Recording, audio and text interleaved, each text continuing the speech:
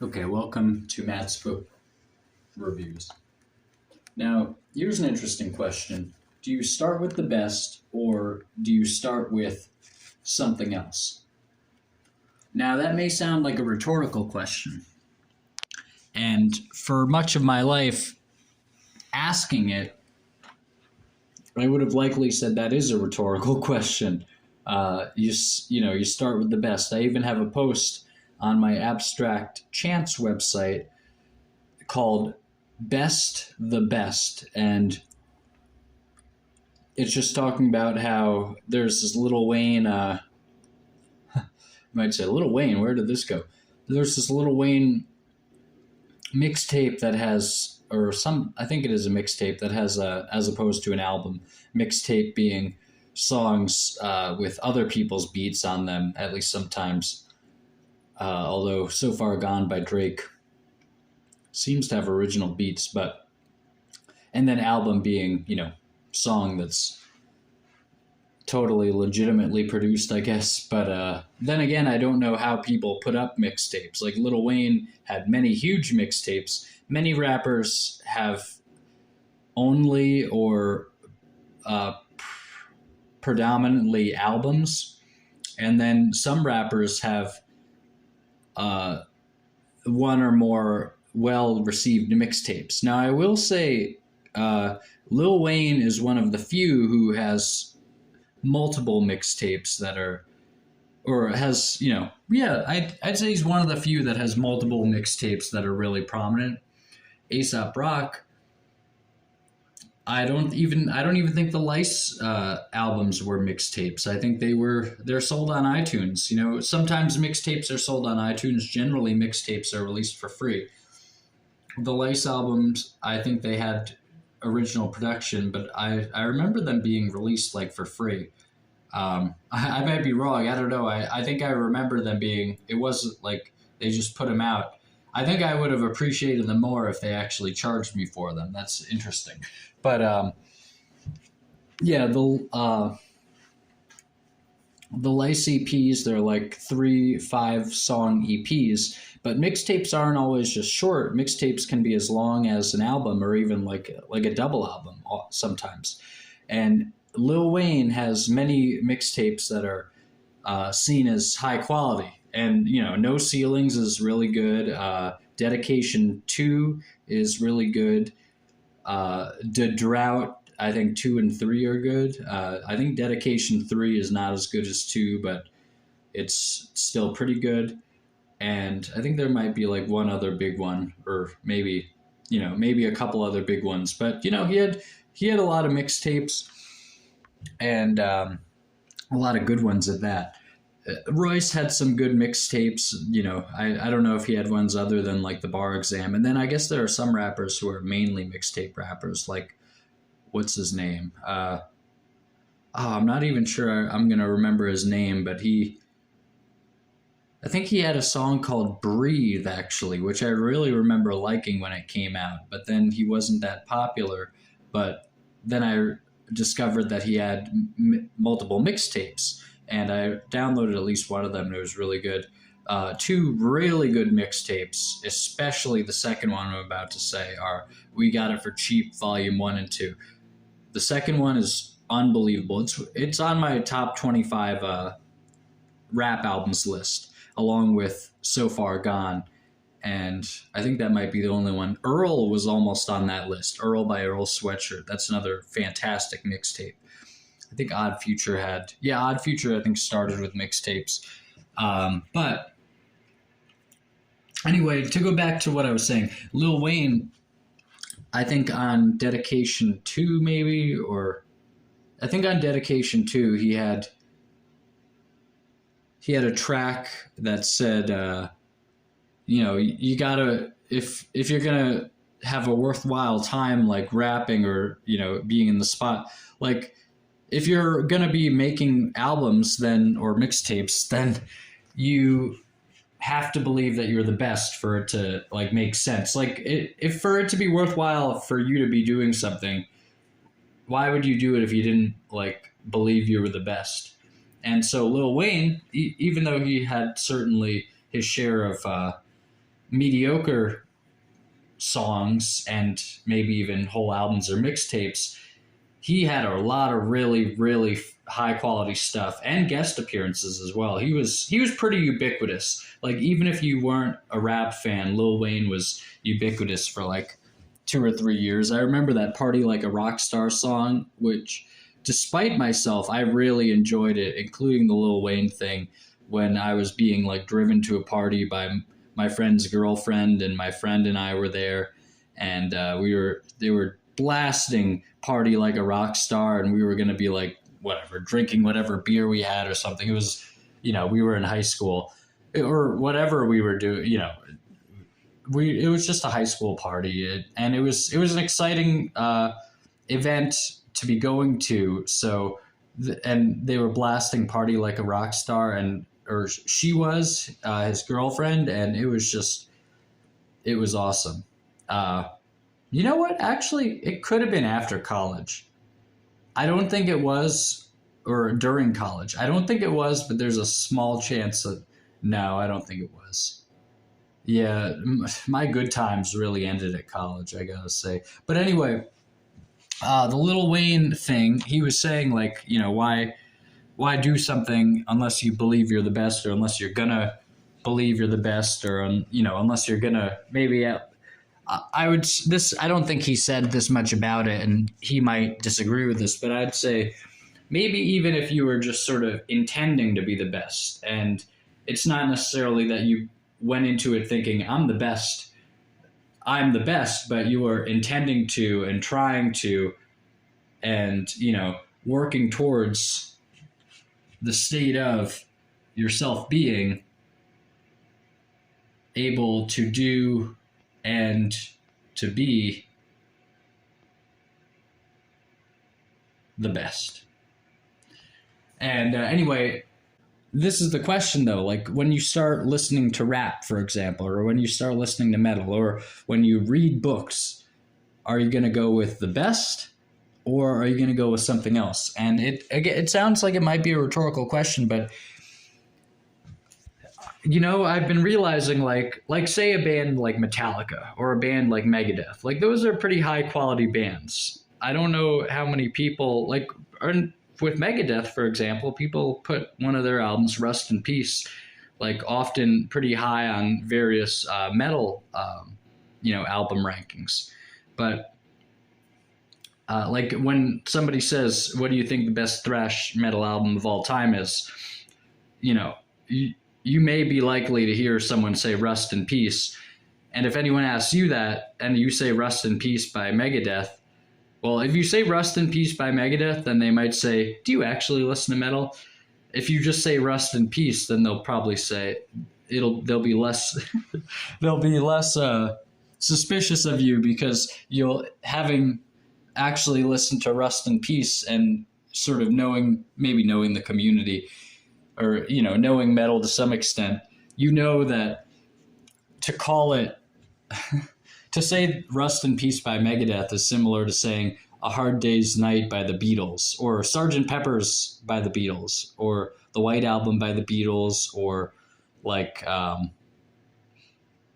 Lord of the Rings by Peter Jackson, or like, well, The Fellowship of the Ring by Peter. Well, I guess that one makes more sense, but like, yeah, if you split them into movies. But anyway, yeah, essentially the key here being that to say by Megadeth makes it seem like you aren't really aware that people are aware of Rust in Peace generally, who are talking about metal and stuff. But it's like Megadeth and Metallica are often sort of gateway bands into metal, and Iron Maiden and stuff like that. And in the case of Iron Maiden, I think part of the reason they're a gateway band is because they're just actually one of the best. Like they might just be the best metal band anyway, but it's like these are sort of more mainstream starter bands. And like with rap, people often get into rap through like Eminem, or at least, people where I grew up, they often got into rap through Eminem. and then they would listen to other stuff, and they'd even branch off to like artists that Eminem was friends with, and you'd hear them on his albums sometimes too. So they'd heard them, and they were often popular, so that too. But like they'd start listening to 50 Cent or Dr. Dre, or and if they were listening to 50 Cent, they might listen to G Unit, and because G Unit was 50 Cent's rap group, and 50 Cent was Eminem's sort of Eminem and Dr. Dre's protege, kind of, or they sort of put him on the map. After he released a mixtape, actually, or a couple, at least one was The Power of a Dollar, I think.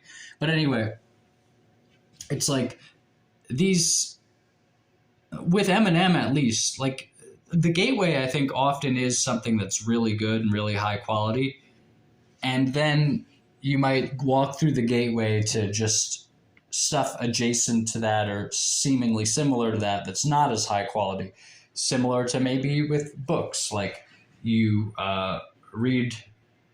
hear about The Lord of the Rings, or The Lord of the Rings being really good, and you read that, and then you walk into like less literary stuff, or you start your life reading like The Great Gatsby and stuff, and then you go to something sort of lesser. But like the big books that, or like what are some popular books, like To Kill a Mockingbird or something, or like Harry Potter, I guess, it's like you go in through a door of very high quality, and then you might stay with the high quality stuff, or you might just sort of, follow other stuff. And with books, I think it's a little less so, because like people will go in with Stephen King maybe into reading a lot, and Stephen King can be pretty good. He can be pretty good, but to sort of reproduce his little exercise or description of the different stages of writing, or the different stages of writing talent from his book on writing. But when getting into something, is somebody always advised to go after the best of the best? So maybe you'll start with Eminem, and then once you sort of get a bearing on, what the rap form is like, then maybe you continue to listen to Eminem, and Eminem's career is actually a very, very interesting career where you almost grow with him. As he grows as a rapper, you sort of grow as a listener. And so the first few albums are really fun, and, they have a lot of skill. As overall packages, they're, one would probably easily say they're his best albums. And then the fourth album is, it's sort of looked at as kind of apart from the first three, and even the third is looked at as kind of apart from the first two. So the first two, many people would probably put them at the top category, like S. Some people would probably put the second one higher than the first. Some people would probably put the first one higher than the second.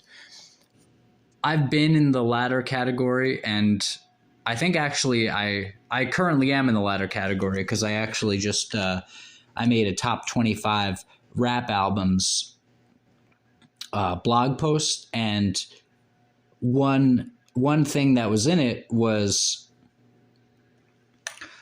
the Slim Shady LP, which is Eminem's first album. And then one thing that's not in it is the Marshall Mathers LP.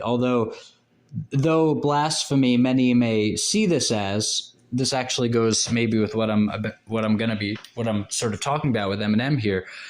I put the Marshall Mathers LP2 on my list of top 25 rap albums, the one that I put out anyway.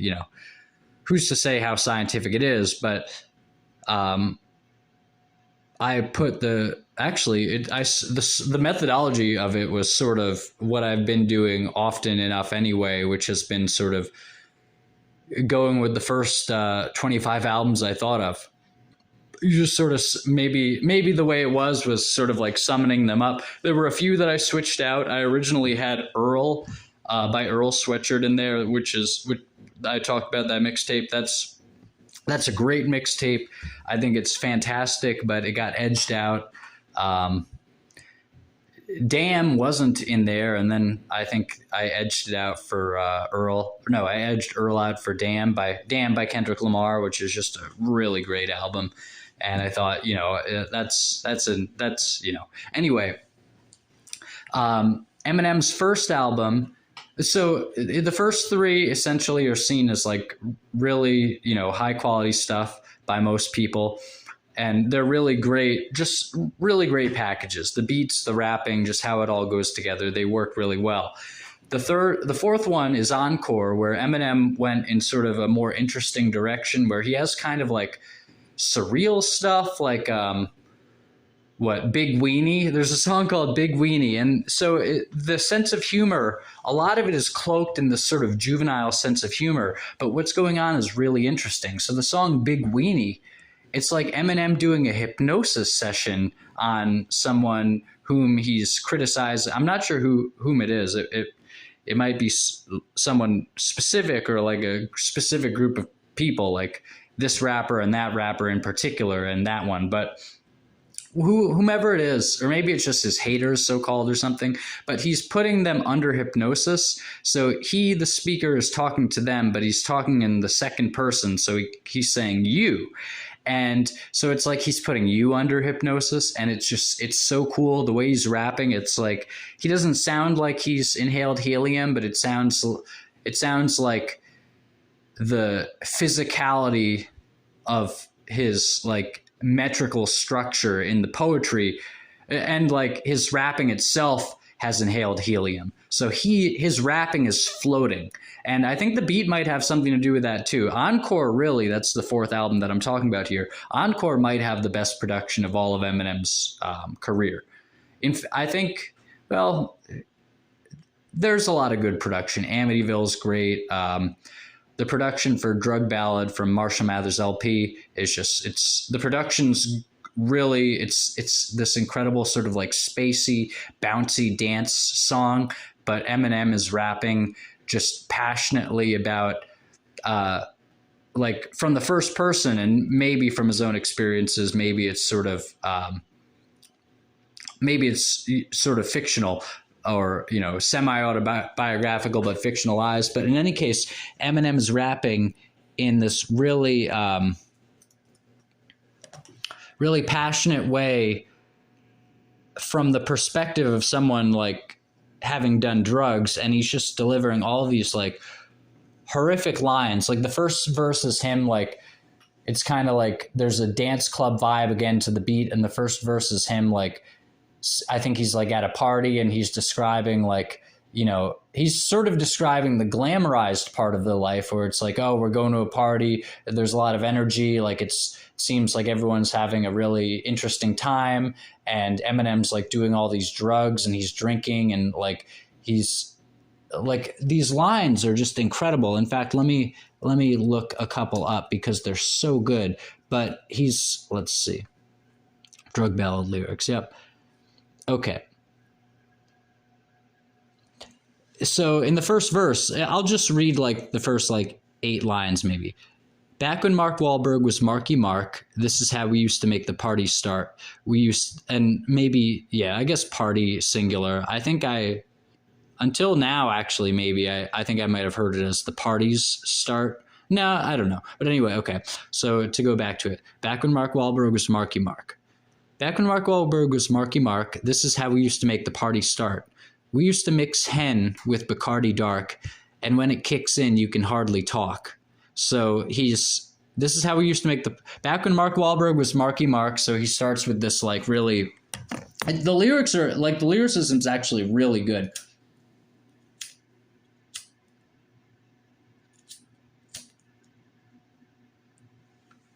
And probably most Eminem fans, or people who know his work, me included, would say that there was a lot more emotional vitality in the lyrics and just more potency in the lyrics back then. So let's analyze it, because I think it's actually kind of opening up for me right now as I'm talking about it. For me here, and I'm the one explaining Eminem stuff to you, but I'm talking about it and it's opening up for me here. So okay.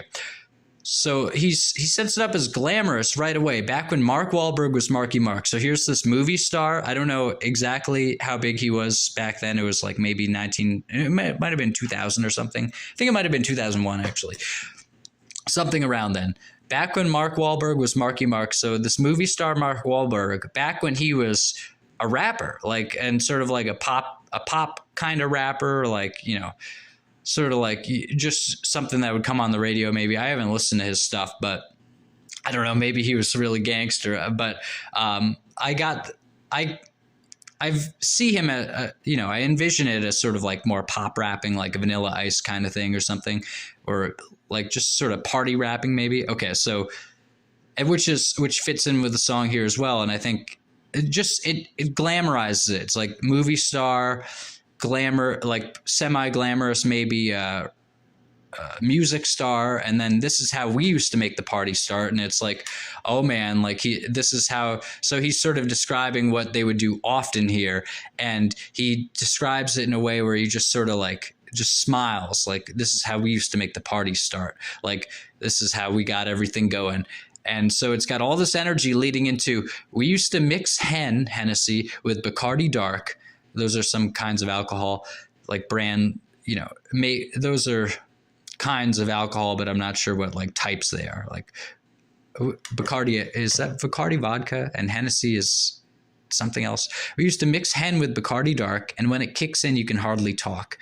And by the sixth gin, you're going to probably crawl, and you'll be sick then, and you'll probably barf.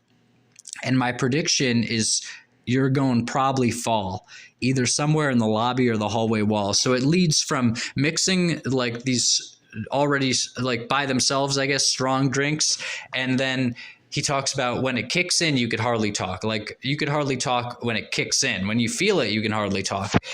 And by the sixth gin, you're going to probably crawl. So now you can hardly talk. You can't really walk maybe. And you'll be sick then, and you'll probably barf. So now you're vomiting. And my prediction is you're going to probably fall. And so you're vomiting, and Eminem's saying you're probably going to fall. And so it's sort of like it leaves you hanging in the limbo of not having collapsed yet. Like you're sort of, it's still kind of fun. You're still really, like they would say, maybe fucked up. And it's like everything's moving around you, and you're in this limbo. And so he's leaving you in this limbo. You're going to probably fall. You haven't fallen yet. You're surviving. You're up there. And it's also sort of setting up this idea of like the character arc of having gone down like a series of steps into, in this case, in sobriety, but in another case, maybe into like drug addiction, or like into your life, like deteriorating around you, or your situation's deteriorating and stuff. But you're not at the bottom yet. You haven't hit rock bottom. And interestingly enough, Eminem has a fan favorite song called Rock Bottom from the Slim Shady LP, which came before this album. But okay, so he's setting up this like sort of not quite rock bottom yet, but in the sense of like a party, like you haven't fallen down yet, but he predicts that you're going to probably fall. And my prediction is you're going to probably fall. So he's sort of saying it like with this aloofness, almost this professorial attitude. My prediction is you're going to probably fall. And then the next line, either somewhere in the lobby or the hallway wall. So now it's like, it's setting up like, oh, they're in a hotel or something. They're in a hotel. Like you're going to probably fall either somewhere in the lobby of the hotel or the hallway wall. Like like either you're going to maybe somewhere in the lobby, almost out of the building, and activity is still going on, and you're not quite out of the maelstrom of it. It seems like if you're going to probably fall in the lobby, maybe you're trying to escape the maelstrom. Maybe the party was like the first maelstrom, then the hallway is kind of calm, and then the lobby gets kind of like scary again, and then you're almost out of there, and he predicts that you're going to probably fall there, or as he says, or the hallway wall, or you won't even make it to the lobby. He goes from a like zoomed out scene of a lobby to a very close up of the wall of the hallway, and like you're right up against the wall of the hallway. It's not a scene, it's just an object. It's in the lobby or the hallway wall. So you're in the scene, and then the next one is just a noun. Or yeah, a noun phrase, the hallway wall. And it's like, bam, you're up against it. And then and then the song just takes off again. And if you listen to it, I mean, you can analyze the whole thing, and I'd enjoy analyzing the whole thing, but maybe I'll do some rap analysis or just poetry analysis and just poetry analysis videos.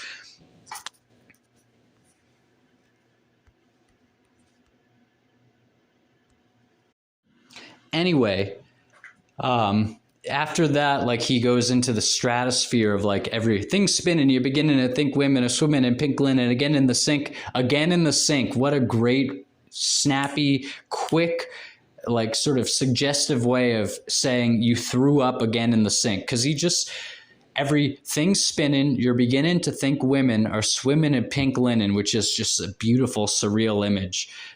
You're beginning to think women are swimming in pink linen, like a beautiful, surreal image, but then it could mean like women in bed, and then and everything's spinning, and that you've already been left in this limbo of like, oh, am I gonna fall? And he's kind of dooming you to fall now. Like he might play the part of like someone who's back at the party who kind of like puts a thought in your head, like, you're gonna fall down, man, you're gonna pass out. And you would have made it out of the lobby if he didn't say that, but because he said that, and now it casts like a gloom over everything. So everything's cool, or actually you're really fucked up, and he's like, and you're going to probably fall. But the thing is, again, he left you in the limbo of not falling. And he left you on the hallway wall, but now he's pulling you back, because where are the women? Well, the women are probably back at the party. So everything's spinning. And by the way, the beat behind him is just like, it's like a party unto itself. And here we go again. Everything's spinning. You're beginning to think women are swimming in pink linen. And it's just like, it's creating the scene of like, oh, you're moving with his rhythm, and you're moving with the beat behind it, which I think, at least at the beginning of the song, it has like laughing girls, like at a part, not like little girls, but like laughing young women at a party, or middle-aged women or whatever, or like young trendy women like going to a party in college maybe, or something, I don't know, trendy women like going to a party. And anyway, like, so you're probably back in the party because you're in this scene, you're vibing, and he's saying it so rhythmically, and everything's spinning. You're beginning to think women, like he stops, he pauses, drops you down, and everything's spinning. You're beginning, and once he drops you down, he picks you back up, and now he's like sort of shaking you as he carries you along.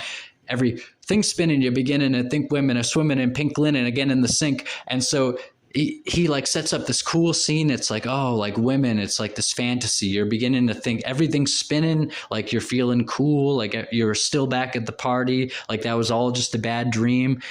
You're beginning to think women are swimming in pink linen, these like women around you, like you're sort of, maybe you're hallucinating, or you're thinking of like women in bed, or just like whatever. And then, so you're beginning to think women are swimming in pink linen, and then he cuts off again in the sink. It's still in the same rhythm, like it's sort of a step. It's like it goes along with the rhythm, but it sort of steps back into itself, like as a period at the end, again in the sink. So he kind of stops you. It's like, oh, you're like, everything's spinning, it's really cool, and then bam, woo, wait, skirk, and then it's like again in the sink. So everything's cool, you're like kind of hallucinating, you're beginning to think women are swimming in pink linen. Maybe that you could also look at that as meaning like you're beginning to think women are getting into bed or something, and like maybe with you, or like, anyway, like you're actually beginning to think in those terms, like more than just hallucinating or like having kind of a fantasy.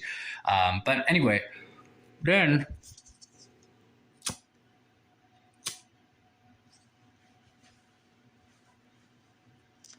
Eminem, oh crap.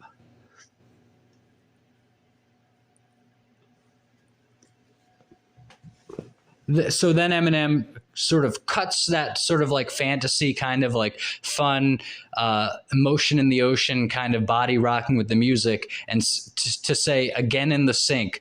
And what again in the sink? Well, context clues. What do you do in a sink that has already happened? You might, how did he say it again? You might barf. Because actually he said, and he said, and you'll be sick then and you'll probably barf. By the sixth gin, you're going probably crawl. When it kicks in, you can hardly talk. So when it kicks in, you can hardly talk. It sounds like that's sort of in the present, but that might just be him generally saying, hey, when this kicks in, you can hardly talk. It's spoken in the present, but you haven't actually, like, it hasn't kicked in yet, or you haven't done it. And this whole thing is in the conditional of having started with, this is how we used to make the party start. So it's kind of conditional. It's kind of hazy to begin with, but it feels like it's sort of in the present and in the future at the same time. Because if you'll notice, I was speaking of it as if it was in the present, but going back to it, if you notice it, Eminem says, you're gonna probably do this. You're gonna probably do this. My prediction is you're gonna probably do this. He's explaining your whole night to you, like drink. He's saying like, hey, essentially like he's explaining your whole night to you, whatever's going to happen to you after you drink this stuff, but it hasn't happened yet. And maybe it won't happen yet. Maybe things will turn around. And then, so going back to the again in the sink thing, it's just like this beautiful little, like, he's snapping his fingers kind of lyrically, and he says again in the sink, like, yeah, you're getting carried away with like this, oh, it's trippy and it's fun and women swimming. And then, nope, I'm going to redirect your attention to barfing again in the sink. So he's kind of setting up this romantic, like cool, romanticized atmosphere of like getting wasted and stuff. But all along the way, he's peppering it with like these scenes of anxiety and like, you know, grossness and, you know, like your body, like rejecting your body, like actually rejecting like things that you've been drinking, like just, you know, disgustingness. And anyway, so this stuff is really good. But as people grow with Eminem, like as Eminem goes along in his career, his rapping gets a little drier and a little less potent emotionally and blah, blah, blah. But it also gets very technical in terms of his like flows and stuff. And I mean, as I was describing the flow there, like the flow / the metric, whatever of the poetry, as I was describing the flow there, it's, you know, it seems to be meaningful, like it goes along with what he's saying, and it's really, it goes along with the vibe of like the song and with the beat, and it's just, it's an immaculate flow. It's immaculate. It's glorious. It's like miraculous.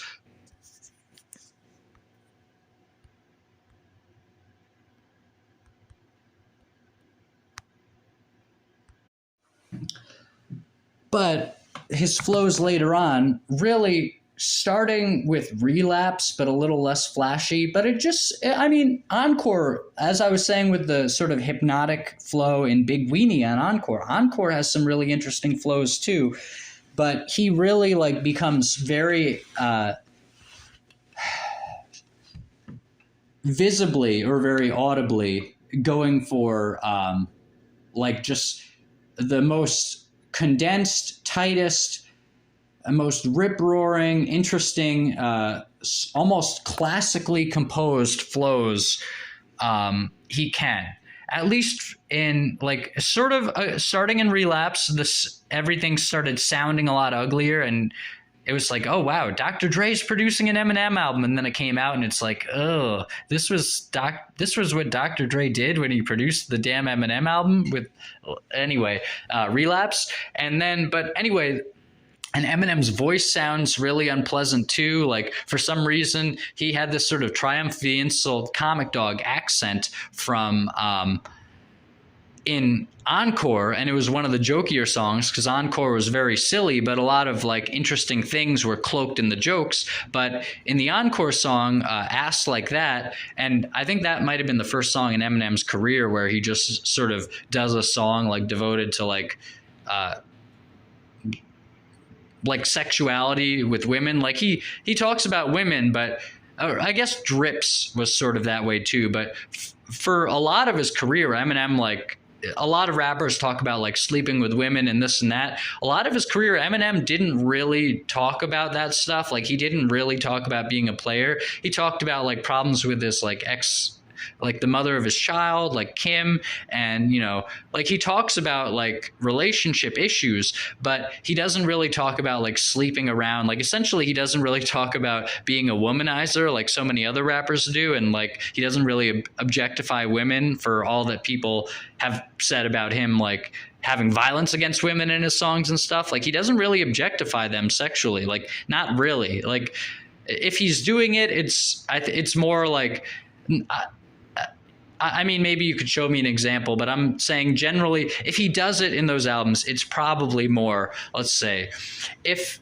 he does it in those albums, it is probably more of a case of like contributing to some kind of like demented vibe, or some kind of like something like really off the walls in some other way, and not meant to be like sexy. But the song Ass Like That, it's sort of set up, I never seen an ass like that. He sings in the or says or sings or whatever in kind of, it's sort of like an Egyptian kind of like Arabian Nights or something, like the sound of the song. But he's like, I never seen an ass like that. But the song is still jokey. So even though it is Eminem doing a song called Ass Like That, where the chorus is like saying, I haven't seen an ass like yo ass girl, like he's still not doing it in a way that many rappers would, or many rappers did, even like a Jay-Z or a 50 Cent, who are, I think 50 Cent can be a pretty darn good rapper, and Jay-Z is just incredible. But like, a Jay-Z or a 50 Cent, like talented rappers. And by the way, check out the 50th Law, 50 Cent and Robert Greene. It's actually really, really freaking interesting. That'll be the book part of today's episode. But, it's with 50 Cent and like really talented, there are like many rappers who, it wasn't like their whole thing, but they'd often do like songs like just they'd take a moment to objectify women for a while sexually. And Eminem, like if he was doing the objectification, I think it would have probably, in those earlier albums, I think it would have probably been like to contribute to sort of build on something else, and not do like just a song of I'm objectifying women. Like for example, Hypochondriac, this is from his first mainstream album, the Slim Shady LP. Hypochondriac, hanging out at the laundromat, where all the raunchy, fat, white, trashy blondes be at. Actually, that's from As the World Turns. That whole verse of like a 2-verse song, the other verse is like him telling a different story, but with him being like a different character or like different part of his life, or whatever. But similarly cartoonish though, and similarly violent. But that whole, I think he was like in school actually in that verse. It's a great album. It's so good. It's a sublime album, I think is the word for it. It's a sublime album, the Slim Shady LP. But Hypochondriac, he says, hanging out at the laundromat, or the laundromat, where all the raunchy, fat, white, trashy blondes be at. And then he goes on to talk about how he's like trying to pick up this woman and like use her sexually and stuff. But even that, the song is like the verse is really a character portrait and sort of like a surreal scene, more like a Quentin Tarantino movie type, like not really, but like closer to a Quentin Tarantino thing than like 50 Cent doing a quote unquote love song, or like a sex song like Candy Shop, or an objectifying woman song. But Candy Shop, or Tarantino or not, Tarantino is more like this is like your average sex song. And anyway, it's just so, Eminem.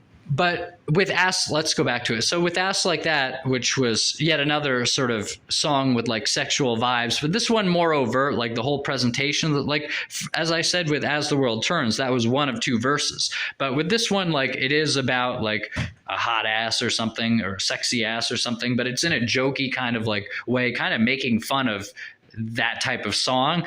But it's so I don't think people respected it for how subversive it was. I don't think they even realized like Eminem's making fun of basically like most other rappers, and particularly most other mainstream and or popular rappers, because under non-mainstream and more independent rappers, sometimes they don't have like those objectifying women songs, but generally or more commonly, if you want to say, they don't. But if anyway, Eminem is, like, I don't think people appreciated or acknowledged or even realized that he was sort of flipping off everybody making those sex songs and saying, like, you know what my sex single is going to be? And he did release it as a single. My sex single is just going to be like sort of doing a Weird Al version of the sex single genre. And he raps it in the voice of pretty much, I think it is the voice, and I think he Triumph the Insult Comic Dog the puppet is, I think, even featured in the music video. Maybe even his actual voice is somewhere in the song. I don't know, but I don't know Triumph well enough, or nor have I listened to the song recently enough. But he does the whole voice in this la, la, la, like hello or what you mean free, like, yeah, he does the whole verse in sort of like a weird, like sort of like an Arabian kind of accent or something, which sort of goes along with the music, but it's just sort of like maybe kind of almost kind of like a Borat accent or something, but with it's just like this it's but it's in the voices of like, it's sort of like him doing an impression of the Triumph the Insult Comic Dog voice. I guess that was what his voice was like from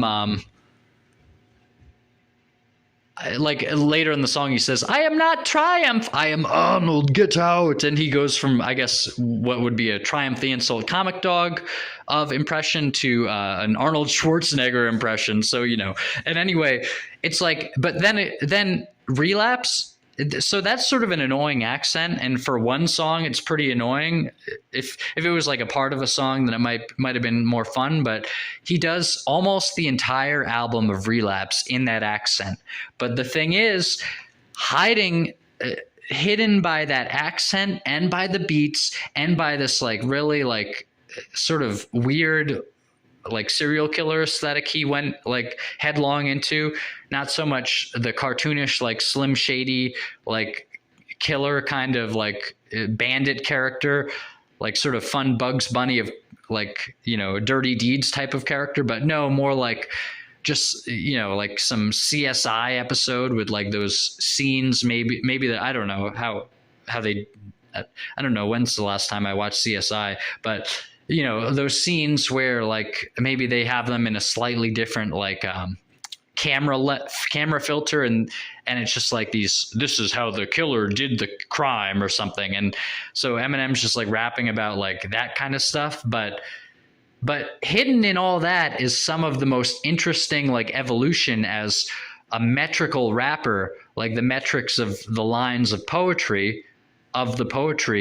the poetry that he did there. If you want to look at it this way, he was evolving in that album, which was so cloaked in ugliness of like what he's rapping about, ugliness of his like voice doing this weird impression, and his voice wasn't the prettiest voice to begin with, and then ugliness of like the beats by Dr. Dre. They weren't fun, they were abrasive, they were like really airless, they weren't like the breathy kind of like 90s West Coast rap beats. They were these abrasive, like hot concrete in the sun and your face is being scraped across it. It's just like not fun, but cloaked in all of that unpleasantness and stuff, and his lyrics not having like the potency themselves of like, the emotional potency that you might have heard a little bit of, getting toward an emotional potency that was sort of building in Drug Ballad and elsewhere. He has a lot of emotional potency in his songs, but pretty much all of the emotional potency got drained away, and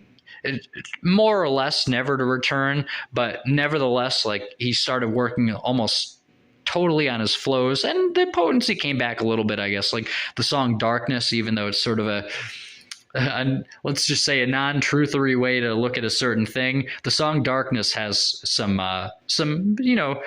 emotion behind it. And I don't mean just anger, because it's like, I guess he kind of went into like dry, brittle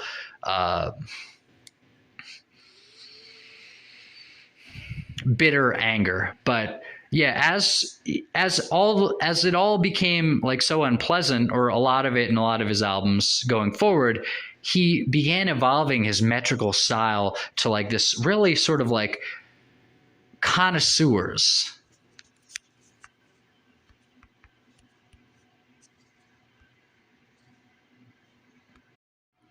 rap style. And so, as a listener, people who grew up listening to Eminem, a lot of people, rightfully criticize Eminem's newer work for many reasons, but it's really incredible work nonetheless. And it's sort of more artistic, and it's more kind of like, rap, like a rapper's rapper kind of thing.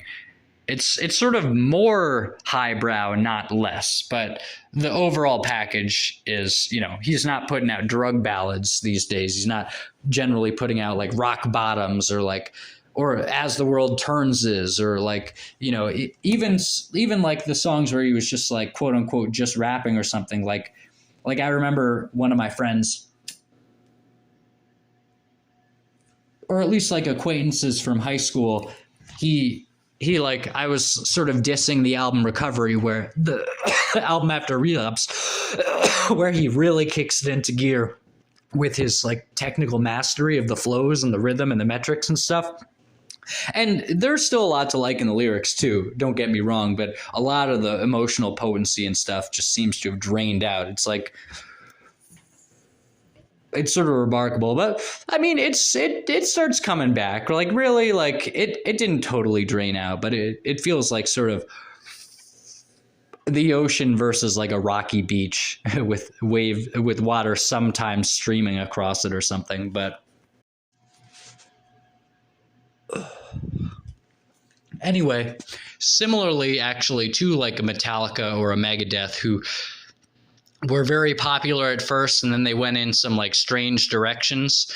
Megadeth going back a little more to its roots, Metallica kind of doing its own thing, them kind of doing their own thing like much of the rest of their career up until now,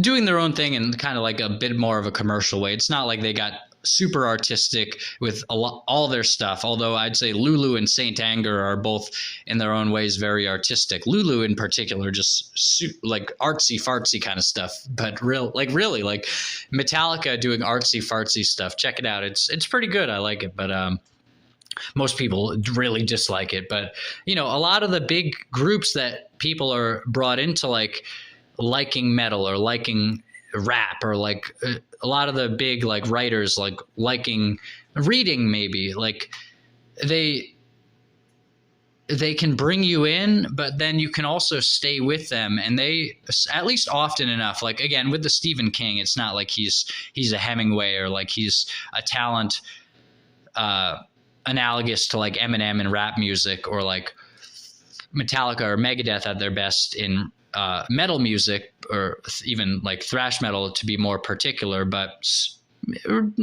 different kinds of it. But like Stephen King still has some pretty good stuff. I mean, but anyway, and Stephen King recommends like some highbrow stuff. Like in his books, he literally, like in On Writing, he recommends books, and I think in the book Dance Macabre, he also recommends books. And those two books, which are him like sort of writing about writing, and one writing about and like publishing and editing and all that other good stuff. And then also there's one that Dance Macabre, he's writing about horror in general, and sort of like almost a history book, and like almost like a college textbook. It's cool stuff. And in those books, like he is sort of a nonfiction or a writer, like not writing fictional stories. That's some of his best prose. Like he is really good. But you start with a Stephen King, maybe. Do you go like, do you spend your time with Stephen King? I guess maybe I'll do another episode talking more about this, but do you spend your time with Stephen King and Metallica and Megadeth and Eminem? The latter three, really, the last three of those four, being groups that you can follow in really interesting directions and kind of grow with them. But yeah, like, do you spend all your time with them, or like go to like other like big name things, or do you go to the really highbrow stuff, like the best of the best? Like, would you waste your time listening to stuff that's not the best of the best, or would you listen to other stuff too? I don't know. Welcome to Matt's Book Reviews. So I think this is going to be part 2 of the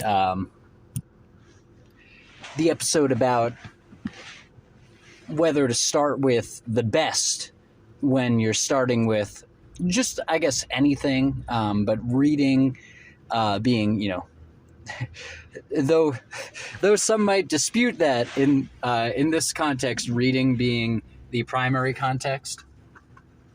But I spent a lot of time talking about Eminem, and if you didn't see the first episode, then this one's probably going to be only partial. But the first one was only partial, so I guess if you were to watch only one of them, then maybe it doesn't matter. But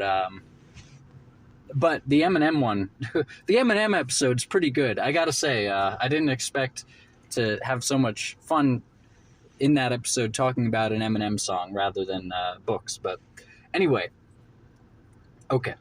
So,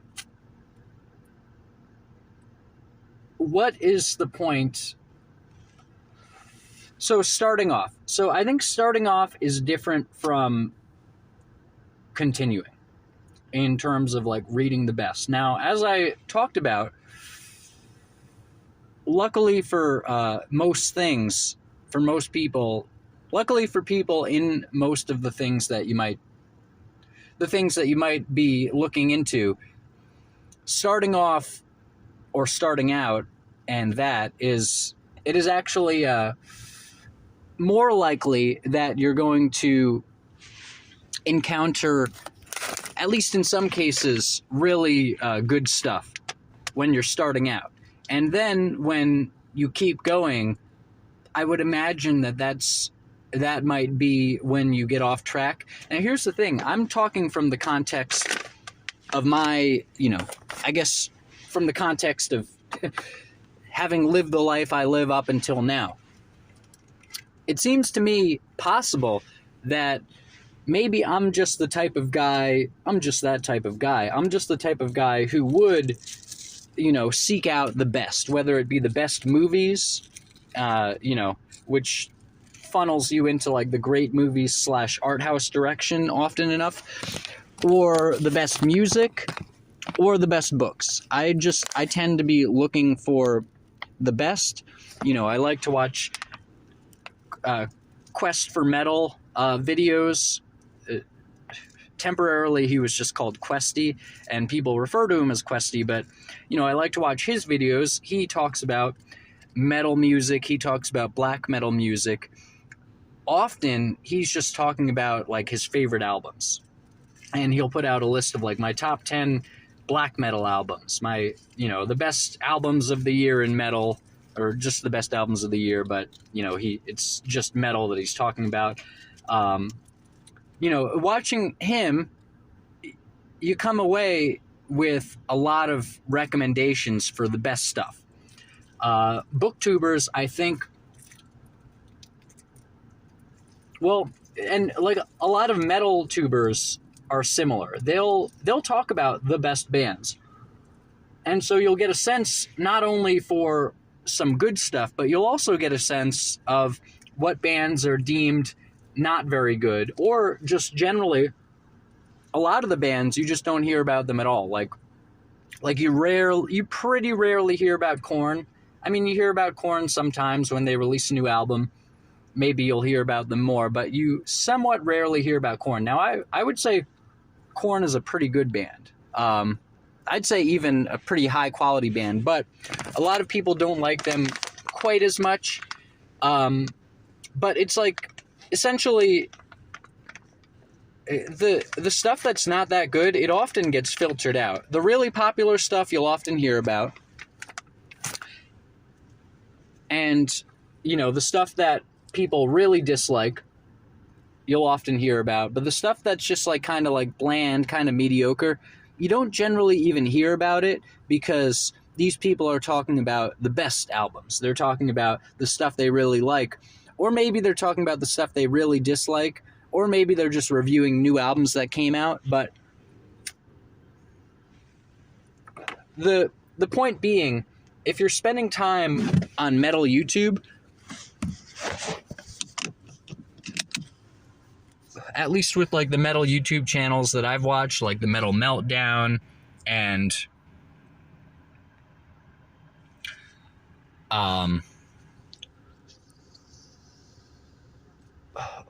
What are even some other metal YouTubers? I mean, I've watched like other metal YouTubers, but it's mainly been Questy. It's been some Metal Meltdown. It's been a little bit of Farvon here and there.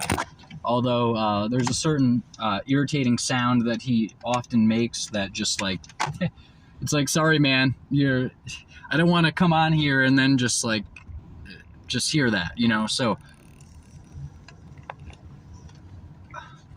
now here's the thing with BookTube channels, it's different from metal YouTube channels, or let's say MetalTube. With BookTube channels, you'll often have people sort of, I mean, I guess it's a similar idea